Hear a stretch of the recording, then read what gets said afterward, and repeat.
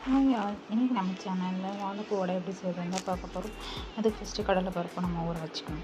So ஊற வச்சுட்டு நம்ம வாழைப்பூ உரிக்கலாம். வாழைப்பூ உரிக்கிறதுக்கு ஒரு சின்ன டிப்ஸ் இருக்குது. அது நடுவில் த்ரெட்டு மாதிரி வரும். நடுவில் அதோட எண்டில் பார்த்திங்கன்னா ரவுண்டாக குண்டாக ஒன்று இருக்கும். அந்த த்ரெட்டை மட்டும் ரிமூவ் பண்ணிட்டு நீங்கள் வாழைப்பூ நறுக்கி வச்சுக்கோங்க.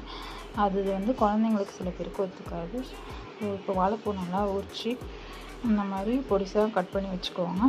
கட் பண்ணி வச்ச இந்த வாழைப்பூவை நீங்கள் தண்ணியில் போட்டு அரிசி கழுவுன தண்ணியில் போட்டு வச்சுக்கலாம். ஸோ தட் அது கருப்பாகாது. நீங்கள் கொஞ்சம் லேட்டாக பண்ண போகிறீங்க அப்படின்ற பட்சத்தில் இப்போது நம்ம ஊற வச்ச கடலை பருப்பு ஒரு மிளகா கொஞ்சோண்டு கல்லுப்பு போட்டு நல்லா மிக்சியில் அரைச்சிக்கணும். இந்த மாதிரி குறப்பாக அரைச்சிக்கணும். ஃபுல்லாக நைஸாகவும் அரைக்கக்கூடாது. கொஞ்சம் பருப்பு இருக்கணும், கொஞ்சம் மாவாகவும் இருக்கணும். அது மாதிரி போட்டு நல்லா அரைச்சி எடுத்துக்கிட்டு அதில் கொஞ்சமாக சோம்பு, நம்ம நறுக்கி வச்சுருக்க வாழைப்பூ, அப்புறமா வெங்காயம், ஒரு பெரிய வெங்காயம் நல்லா சின்ன சின்னதாக நறுக்கி வச்சுக்கணும்.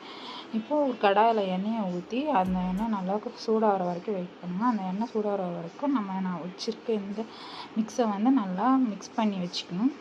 இந்த மாவை மிக்ஸ் பண்ணிவிட்டு லைட்டாக உப்பு இருக்கான்னு டேஸ்ட் பார்த்துட்டு அதுக்கப்புறம் இந்த மாதிரி ஒரு சின்ன சின்னதாக உருண்டை பிடிச்சி தனியாக வச்சுக்கோங்க.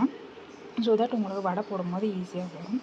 இந்த மாதிரி உருண்டை பிடிச்சி நீங்கள் தட்டில் வச்சுக்கிட்டு இப்போது எண்ணெய் சூடானதுக்கப்புறம் இந்த உருண்டையை கையில் எடுத்து நல்லா ப்ரெஸ் பண்ணி இந்த மாதிரி எண்ணெயில் போட்டுருங்க.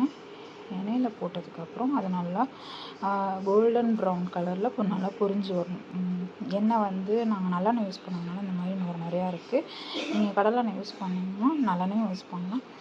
எந்த எண்ணெய் முட்டை இருக்கோ நீங்கள் அதை வச்சு யூஸ் பண்ணி பண்ணலாம்.